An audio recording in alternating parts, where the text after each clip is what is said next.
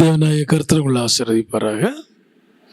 இந்த நாளில் நம்ம தியானிக்க எடுத்துக்கொண்ட ஒரு வேத வார்த்தை சர்க்குணர். என்ன வார்த்தை? சர்க்குணர். நீங்கள் மத்தேயு எழுதிய சுவிசேஷம் 5ஆம் அதிகாரம் 48ஆம் வசனத்தை வாசிக்கும்போது விதமாக வேதத்தில் காணப்படுகிறது. பரலோகத்தில் இருக்கிற உங்கள் பிதா பூர்ண சர்க்குணராக இருப்பது போல நீங்களும் பூர்ண சர்க்குணராக இருக்க கடவீர்கள். திரும்பவும் சொல்கிறேன், பரலோகத்தில் இருக்கிற உங்கள் பிதா பூர்ண சர்க்குணராக இருப்பது போல நீங்களும் பூர்ண சர்க்குணராக இருக்க கடவீர்கள். சர்க்குணர்னா என்ன அர்த்தம்?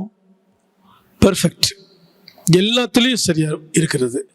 இப்போது இந்த உலகத்தில் தேவனை தவிர யாருமே சரியாக இருக்க முடியாது, இருந்தது கிடையாது. இயேசு கிறிஸ்துவே சொல்கிறார் இல்லைங்களா? அதாவது இந்த உலகத்தில் யாருமே நல்லவங்க இல்லைன்னு சொல்லிட்டு இயேசுவே சொல்லிட்டார். கவனிச்சுங்க, மாற முயற்சி பண்ணுறோம், நமக்கு ஆண்டவர் ஹெல்ப் பண்ணுறாரு, அவ்வளோதான். அப்போ இந்த இடத்துல திருமுறை சொல்லுது, பரலோகத்தில் இருக்கிற உங்களுக்கு தான் பூர்ண சர்க்குணர், நீங்களும் என்ன செய்யணும்? பூர்ண சர்க்குணராக இருக்கணும்னு ஆண்டவர் தெளிவாக சொன்னார் அவருடைய சீசனிடத்தில். நம்முடைய வாழ்க்கையில் பூர்ண சர்க்குணராக மாற அல்லது பெர்ஃபெக்டாக மாற, நித்திய ஜீவனுக்கு போகிறதுக்கு தகுதிப்பட வேதத்தில் இயேசுக்குரிய அட்வைஸை நாம் இன்னைக்கு சுருக்கமாக பார்க்க போகிறோம். பெர்ஃபெக்ட், நான் சரியாக இருக்கணும், என்னுடைய சொல்ல சரியாக இருக்கணும், என்னுடைய செயலில் சரியாக இருக்கணும், என்னுடைய வார்த்தையில் சரியாக இருக்கணும், என்னுடைய ஜீவியத்தில் நான் சரியாக இருக்கணும், எனக்கு கொடுக்கப்பட்ட வேலையில் நான் சரியாக இருக்கணும், எனக்கு கொடுக்கப்பட்ட குடும்பத்தில் நான் சரியாக இருக்கணும், எனக்கு கொடுக்கப்பட்ட சபையில் நான் சரியாக இருக்கணும், பெர்ஃபெக்டாக இருக்கணும். அப்படி இருந்தால் தான் நான் இயேசுவை போல் வாழ முடியும், இயேசுவை போல் மரணம் அடைய முடியும், இயேசுவை போல் பரலோகத்துக்கு போக முடியுங்கிற அந்த கான்செப்ட் உங்கள் மனசில் அப்படியே இருக்கணும். என்ன செய்யணும்? வசனம் என்ன சொல்லுது? முதலாவது, நீங்கள் மத்தேயு எழுதிய சுவிசேஷம் 19ஆம் அதிகாரம் 16 - 20 வரைக்கும் நீங்கள் படித்தீங்கன்னா அதில் ஒரு நிகழ்வு நான் ரத்தின சுருக்கமாக உங்களுக்கு சொல்லிக் கொடுக்குறேன். உங்களுக்கு தெரியும், மத்தேயு எழுதிய சுவிசேஷம் 19ஆம் அதிகாரம் 16 - 20 வரைக்கும் பாருங்க. ஒரு வாலிபன் எப்படி பதிவு செய்யப்பட்டிருக்குது? ஒரு வாலிபன் அவன் யார்கிட்ட வரான்னா இயேசுவிடத்தில் வருகிறான். யாரிடத்துல? ஆண்டவராக இயேசு கிறிஸ்துவிடத்தில். படிக்கிறேன், கேளுங்க. மத்தேயு 19:16 அப்பொழுது ஒருவன் அவரை நோக்கி, நல்ல போதகரே, நித்திய ஜீவன் அடைவதற்கு நான் எந்த நன்மையை செய்ய வேண்டும் என்று கேட்டான். அதற்கு அவர், நீ என்னை நல்லவன் என்று சொல்வானேன்? தேவன் ஒருவர் தவிர நல்லவன் ஒருவரும் இல்லையே. நீ ஜீவனில் பிரவேசிக்க விரும்பினால் உன் கற்பனைகளை கைக்கொள் என்றார். அவன் அவரை நோக்கி, எவைகளை என்று கேட்டான். அதற்கு இயேசு, கொலை செய்யாதிருப்பாயாக, உபச்சாரம் செய்யாதிருப்பாயாக, களவு செய்யாதிருப்பாயாக, பொய் சாட்சி சொல்லாதிருப்பாயாக, உன் தகப்பனையும் உன் தாயையும் கனம் பண்ணுவாயாக, உன்னிடத்தில் நீ அன்பு கூறுவது போல பிறரிடத்தில் அன்பு கூறுவாயாக என்பவைகளையே என்றார். அந்த வாலிபன் அவரை நோக்கி, இவைகளை எல்லாம் என் சிறுவயது முதல் கை கொண்டிருக்கிறேன், இன்றும் என்னிடத்தில் குறைவு என்ன என்றான். நல்ல கவனிங்க, நல்ல வாலிப பையன், நல்ல யூத்து. சின்ன வயசுலேயே அவங்க அப்பா அம்மா சரியாக சொல்லி கொடுத்து வளர்த்துருக்குறாங்க. அந்த நாட்களில் நியாயப்பிரமாணம் இல்லையா? இயேசு கிறிஸ்து மரித்து உயிர்த்திலிருந்து பரலோகத்துக்கு செல்வது வரைக்கும் நியாயப்பிரமாணம் தான். அப்போ அவங்க அப்பா அம்மா அவனை தெளிவாக வளர்த்துருக்குறாங்க. அப்போ அவன் ஆண்டுட்டு கேட்குறான். என்ன கேட்குறான்னா, நித்திய ஜீவன சுதந்திரத்தோடு நான் என்ன செய்ய வேண்டும்? அப்போ ஆண்டவர் என்ன சொல்கிறாருன்னா, நித்திய ஜீவனில் பிரவேசிக்க விரும்பினால் என்ன செய்யணும்? நீ தேவனுடைய கற்பனைகளை கை கொள்ள வேண்டும். தெளிவாக சொல்கிறான். இயேசு சொல்கிறாரு, கொலை செய்யக்கூடாதுப்பா, உபச்சாரம் பண்ணக்கூடாது, களவு செய்யக்கூடாது, பொய் சாட்சி சொல்லக்கூடாது, உன் தகப்பனையும் உன் தாயினையும் என்ன செய்யணும்? கனம் பண்ணணும், உன்னிடத்தில் அன்பு கூறுவது போல பிறரிடத்தில் அன்பு கூறணும். அந்த பயம் பாருங்க, அவ்வளோ சூப்பராக சொல்கிறான் பாருங்க. இந்த வாலிப பையன், இவைகளை எல்லாம் என் சிறுவயது முதல் நான் என்ன செய்கிறேன்? கை கொண்டிருக்கிறேன், இன்னும் என்னிடத்தில் குறைவு என்ன? இன்னும் என்னிடத்தில் குறைவு என்ன? அதுக்கு இயேசு என்ன சொல்கிறாரா? நீ பூர்ண சர்க்குணராக இருக்க விரும்பினால் போய் உனக்கு உண்டானவைகள் எல்லாம் விற்று தரித்திரருக்கு கொடு, அப்பொழுது பரலோகத்தில் உனக்கு பொக்கிஷம் உண்டாயிருக்கும், பின்பு என்னை பின்பற்றி வா என்றார். அந்த வாலிபன் மிகுந்த ஆஸ்தியுடனாக இருந்தபடியால் இந்த வார்த்தையை கேட்டபோது துக்கம் அடைந்தவனாய் போய்விட்டான். நல்ல கவனிங்க, ஆண்டவர் சொல்றாரு, தேவனுடைய கற்பனைகளை எல்லாம் கை கொள்றப்பா, அப்ரிஷியேட் பண்றேன். ஆனால் இன்னும் உன்ட்ட ஒரு குறை உண்டு. உனக்கு என்னென்ன இருக்குதோ புத்து நீ என்ன செய்.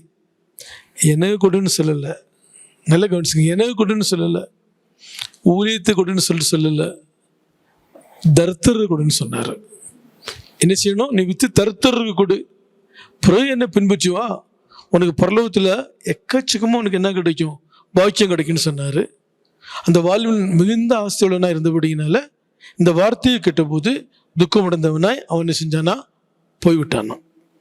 1 தீமோத்தேயு 6ஆம் அதிகாரத்தில் பவுல் சொல்றாரு, பண ஆசையும் ஐஸ்வர்ய மயக்கமும் நித்திய ஜீவனுக்குள் நம்மளை பிரவேசிக்க விடாது. ஊசியின் காதில் ஒட்டகமே நுழைந்து விடும், ஆனால் ஐஸ்வர்யவான் என்ன செய்ய முடியாது, பரலோகத்தில் பிரவேசிப்பது அவ்வளவு அரிதான காரியம்னு சொன்னார். என்னுடைய சின்ன வயசில் நான் கிறிஸ்டின்ஸை பார்த்துருக்குறேன். நான் கிறிஸ்டினாக மாறினவன் தானே 89. சின்ன வயசில் நான் அநேக கிறிஸ்டின்ஸை நாங்கள் பார்த்துருக்குறேன். நான் குமரி மாவட்டம், நல்ல ஹிந்து கல்ச்சரும் இருக்கும், நல்ல கிறிஸ்டியானிட்டி கல்ச்சரும் பயங்கரமாக இருக்கும். நான் பார்த்துருக்குறேன். ஸ்கூலுக்கு போகும்போதெல்லாம் நான் பார்த்துருக்குறேன். நான் படித்து காலேஜெலாம் கேரளா.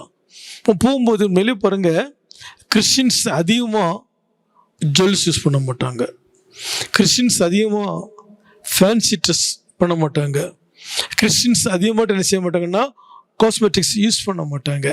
குறிப்பாக கிறிஸ்டின்ஸில் எந்த ஆண்களும், சர்ச்சுக்கு போகிற ஆண்கள் அதிகமாக நகைகள் போட்டு நான் பார்த்ததே கிடையாது. சிம்பிளாக போவாங்க, சிம்பிளாக வருவாங்க. இல்லை, நான் கன்னியாகுமரி மாவட்டத்தை வச்சு சொல்கிறேன், நான் பார்த்த கிறிஸ்டின்ஸை சொல்கிறேன். நான் படித்த ஸ்கூலுக்கு முன்னாடி அப்போ ஒரு லுத்தரன் சர்ச் இருந்தது. 2 வயசான அம்மாமார் வெள்ளைப்புடவை கட்டிட்டு அவங்க அவ்வளோ அன்பாக பேசுவாங்க. இப்போ என்னுடைய ஃப்ரெண்ட்ஸ் என்னைய சின்ன சின்ன என்ன சொல்லுவாங்கன்னா சண்டே கிளாஸ் கூப்பிட்டு போவாங்க. எங்கள் ஃப்ரெண்ட்ஸ் கூட நாங்கள் போவோம். இப்போ வீட்டுக்கெலாம் அது தெரியாது. அவ்வளோ அன்பாக இருப்பாங்க, அவ்வளோ சிம்பிளாக ட்ரெஸ் பண்ணியிருப்பாங்க. நான் ஜுவல்ஸ்லாம் அவங்கள்ட்ட நான் பார்த்ததே கிடையாது. கிளியர் வாட்ச் கூட போட மாட்டாங்க. நடவோட போனெல்லாம் அவ்வளோ சிம்பிளாக இருக்கும். இன்னைக்கு நீங்களே பாருங்கள், டிவியில் வரக்கூடிய எத்தனையோ ஊழியக்காரங்க ஆக்சுவலாக என்ன செய்கிறாங்கன்னு சொன்னால் ஆடம்பரத்தின் உச்சகட்டமாக இருக்குது. அந்த நாளில் ஊழியக்காரங்கனாலேயே ஒயிட் அண்ட் ஒயிட் தான் போடுவாங்க, நான் அதை பார்த்துருக்குறேன். இந்த நாளில் ஊழியக்காரங்க 100க்கு 90 பேர் ஃபேன்சி ட்ரெஸ் தான் போடுறாங்க, 10 பேர் ஒயிட் ட்ரெஸ் போடுறாங்க. அந்த 10 பேர் ஒயிட் ட்ரெஸ் போட்டால் அடுத்தவங்க பிச்சைக்காரங்க மாதிரி பார்த்துட்டு போகிறாங்க. எனக்கு சிரிப்பாக இருக்குது. அவன் பாருங்கள், அதாவது ஆண்டவர் தெளிவாக சொன்னார், ஊசியின் காதில் ஒட்டகம் போயிரும்பா, ஆனால் ஐஸ்வர்யமானோ அல்லது பணத்தின் நம்பிக்கை உள்ளவங்களும் எங்கே போக முடியாது, பரலோகத்துக்கு போக முடியாது. அவன் பாருங்க, உங்களுடைய வாழ்க்கையில் ஆண்டு சொல்லக்கூடிய ஒரே கான்செப்ட், நீங்கள் பெர்ஃபெக்டாக மாறணும்னா, நீங்கள் இயேசுவை போல மாறணும்னா தேவனுடைய கற்பனையை கை கொள்வது நல்ல காரியம். அதை விடக்கும் அதிகமான ஒரு காரியத்தை அவர் சொல்கிறாரு, உனக்கு ஐஸ்வர்யம் இருந்தா ஐஸ்வர்யத்தை நம்பிக்கை வைக்காத, இருக்குன்னு என்ன செய்யாத, போட்டு லூசிபருக்கு அசிஸ்டண்டாக மாறிடக்கூடாது. ஏன்னா இன்றைக்கி அநேக இடங்களில் நம்ம பார்க்குறோம், பண ஆசை எல்லா தீமைக்கும் வேறாக இருக்கிறது. இன்றைக்கி அநேக ஹிந்து ஜனங்கள் கிறிஸ்டியானிட்டியில் வராமல் இருக்கிறதுக்கு ஒரே காரணமே இந்த நாளில் உள்ள அநேக ஊழியக்காரர்களுடைய அந்த ட்ரெஸ்ஸும் அந்த ஜுவல்ஸும் அந்த காஸ்மெட்டிக்ஸும் அவங்களோட பெர்ஃபார்மன்ஸும் நான் அடித்து சொல்லுவேன். நான் ஆண்டர் கணக்கு கேட்பார், திரும்பவும் சொல்கிறேன், ஆண்டர் கணக்கு கேட்பார். இயேசுவே சொல்லிட்டாரு, ஏம்பா உங்களதை விட்டு நீ தருத்தர கொடு. இயேசு கரெக்டாக சொன்னார், என்ன கொடுன்னு சொல்லல, என் சர்ச்சை கொடுன்னு சொல்லிட்டு சொல்லல, என்னுடைய மினிஸ்ட்ரி கொடுன்னு சொல்லிட்டு சொல்லங்க, தர்த்தரு கொடுன்னு சொல்லிட்டு சொன்னார். நீ தர்த்தரு கொடு, உன் பரலோகத்தில் எக்கச்சக்கமாக பொக்கிஷம் இருக்கும், அப்புறம் என்னை பின்பற்றி வாங்கினாரு. மனசு இல்லை, போயிட்டான். நீ அநேக மக்கள் அப்படித்தான் பண்ணுறாங்க. வாய்ப்போஸ்து இல்லாமல் இருக்கும்போது ஆண்டவரை கட்டியாக பிடிச்சிக்கிட்டுறாங்க.